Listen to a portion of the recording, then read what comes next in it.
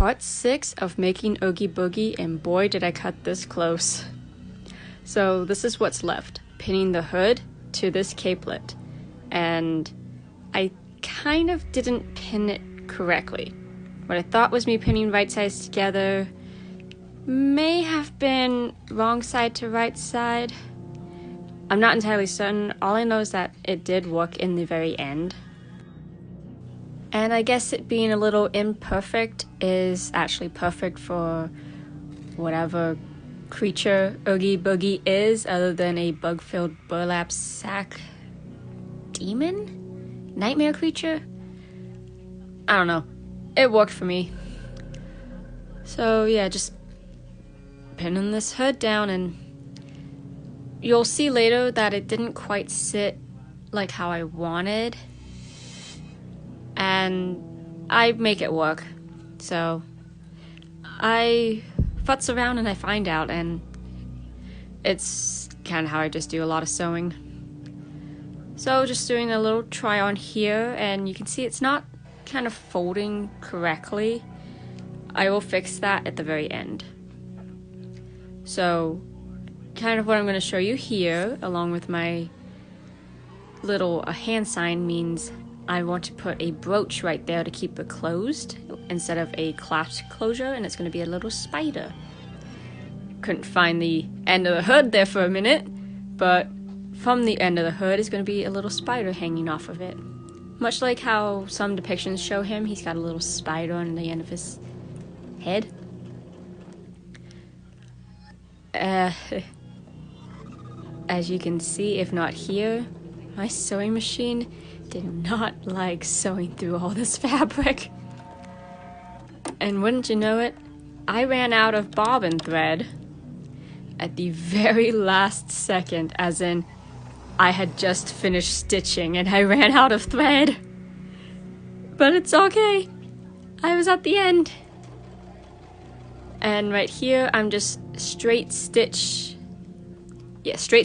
down the collar and the hood and everything in one final row, and doing that actually helped keep the hood from wanting to fold outward. It wanted to lay at an angle. And the last detail for the skirt, which was the hook and eye closures, which I thought I could get away with one, but I did end up having to sew on 2 hooks and eyes, and it actually worked pretty well. I thought for a second this burlap sack linen costume was not going to hold well, but it did. And the fun part, little buggy pins. And this is the spider, as I'm trying to show you here, that's going to go off of the end of the hood. I'm going to sew it on with one thin line of thread and hope it holds, basically. It's about like 5-6 inches or so. I'm realizing just how awkward this looks to film. Yeah, I didn't have the thread knotted fully, so I had to essentially go back in and loop it through a hole, so I had to do it twice. And so I don't show it very well here, but the little spider just gets tied at the very end of the thread, and the hood has a spider to hang off of it. I realize just how hard this is to see while I'm wearing a black shirt. I wouldn't have thought it, but I should have realized holding those little metal pin backs with hot glue on it made the entire thing get hot. I think I was just so done and stressed out that I forgot that, oh yeah, hot glue and metal. I didn't burn myself, so I'm okay. Not entirely certain why I had to film this twice, but I guess I just wanted to show another angle of me doing this in the most awkward way possible.